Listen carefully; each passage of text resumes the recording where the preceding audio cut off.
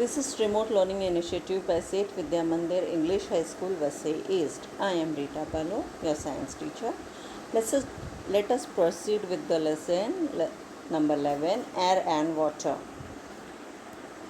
Water, very important and essential in our life. Without water, we cannot live. Water is very essential for life. We cannot live without water. About 70% of our body is made up of water. Several life processes and essential for our living organism need water. Water is made up of 2 atoms of hydrogen and 1 atom of oxygen. Therefore, the molecular formula for water is H2O. Hydrogen atoms are 2 and oxygen atom is 1 in this. Now, properties of water.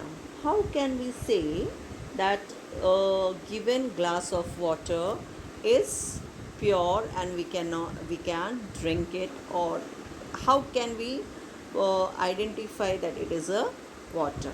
First of all, water is a colorless, tasteless and odorless liquid.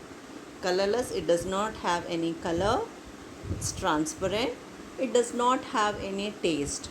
If we add sugar or salt in that, then only its taste changes. Natural water is tasteless and it's odorless. Odorless means it does not have any smell in it. The freezing point of water is 0 degrees Celsius and the boiling point is 100 degrees Celsius. As water is known as a universal solvent because it dissolves a large amount of substance in it. Classification of impure things. There are 2 types of impurities. One is soluble impurities. These impurities like salt dissolve in water, and insoluble impurities which does not dissolve in water. These impurities like sand does not dissolve in water. What makes water polluted? What are the causes of water pollution? Students, you know water is said to be polluted if it contains impurities that are harmful to plants and animals or even to our environment, like we have seen in the air pollution. And it is caused mostly by the human beings only. Allow sewage from homes and waste material from factories into lakes and river. We are making our sewage system in such a way that the water from our home, the drainage water from our home, from our factories, goes and mixed into the lakes, rivers and seas.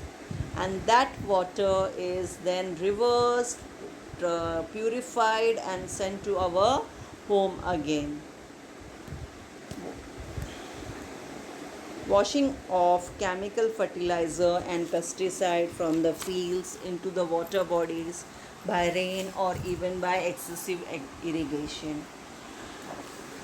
In the agriculture, farmers they put chemical fertilizer so that their crops grow more.